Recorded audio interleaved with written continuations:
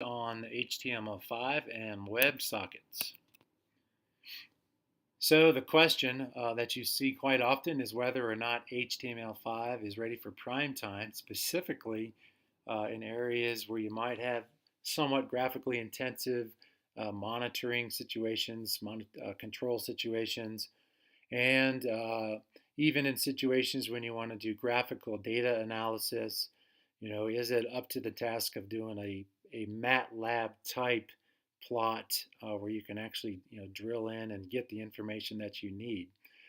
And then also, can it keep up, in situations when you may have a browser, a lightweight client hooked up to your custom hardware, custom systems. Is it going to be able to keep up with whatever's coming in? So we've built a demo here, trying to answer some of those questions. And what you see here is kind of a time domain display where you've got three different signals. In reality, what we've got in the demo is we're hooked up to basically a demo data server that's simulating a custom piece of hardware or something like that, and it's streaming data to this plot through WebSockets. So obviously, real-time display. It's simulating the ability to update as the data changes. Now, down here, you've got plot control where you've got, obviously the seek functions and the panning functions here. What I'd like to be able to do is just pause and talk a little bit about the plot area first. Obviously, the plot area, this position notation actually just gives you where your pointer is in the right coordinate system. The data point here, if you keep your eye on that, as I move the pointer over a specific point, it actually will display that off to the right there, as well as highlighting it on the plot itself in any one of the data plots. So now the question is, let's say that as I was watching my real-time plot and there was something of interest that happened several frames ago, how can we go back and analyze that? So what we've got here, first off, we've got zoom controls, two different kinds of zoom controls. There's the wheel zoom control and the selection zoom control. The wheel zoom is just tied to the mouse wheel, and the selection zoom is tied to basically you can drag in the plot area to select the region that you want to zoom in or out around. So demonstrating the wheel zoom first, I basically pick whatever area I want to zoom in, roll the mouse wheel up or down, depending on whether I want to zoom in or out. Also in this mode, I can actually drag the plot. So if I needed to go back to get a closer look at something, I can do that. Also, we have the Y zoom mode, which is just like the X zoom, just in the other direction.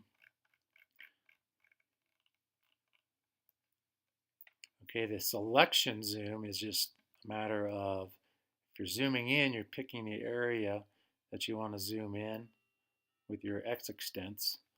Zooming out, you're actually just picking the area that you're zooming out around, so you're selecting your new extents that way. Y in, same exact idea, zooming in only vertically. Y out, same idea, only zooming out vertically. The XY is basically you can select a custom rectangular region and define a new extents that way. Additionally, we wanted to be able to see if we could set up markers for more of a persistent kind of a display. So that would be this mode here where our clicks are now going to translate into actual marking.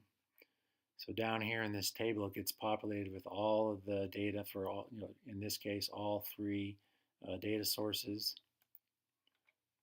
Obviously it would be easy enough to put deltas in here or whatever else you might need. So that's the general functionality. Obviously, you get the fidelity that you need because you can drill down to the individual points. So not only can it keep up real time, but you can stop and look at each individual point if you need to. Of course, going back to where we are, we're caught up to real time again.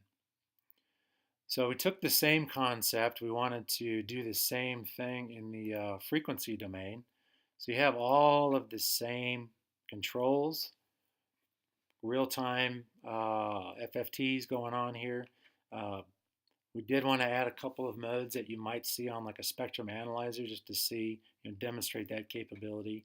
So we have the max hold mode where it's just going to hold all of the maxes, and then averaging mode where you can, and then here we've actually allowed you to set the number of frames that you want to average over to smooth it out. And all of the other zoom modes are there as well.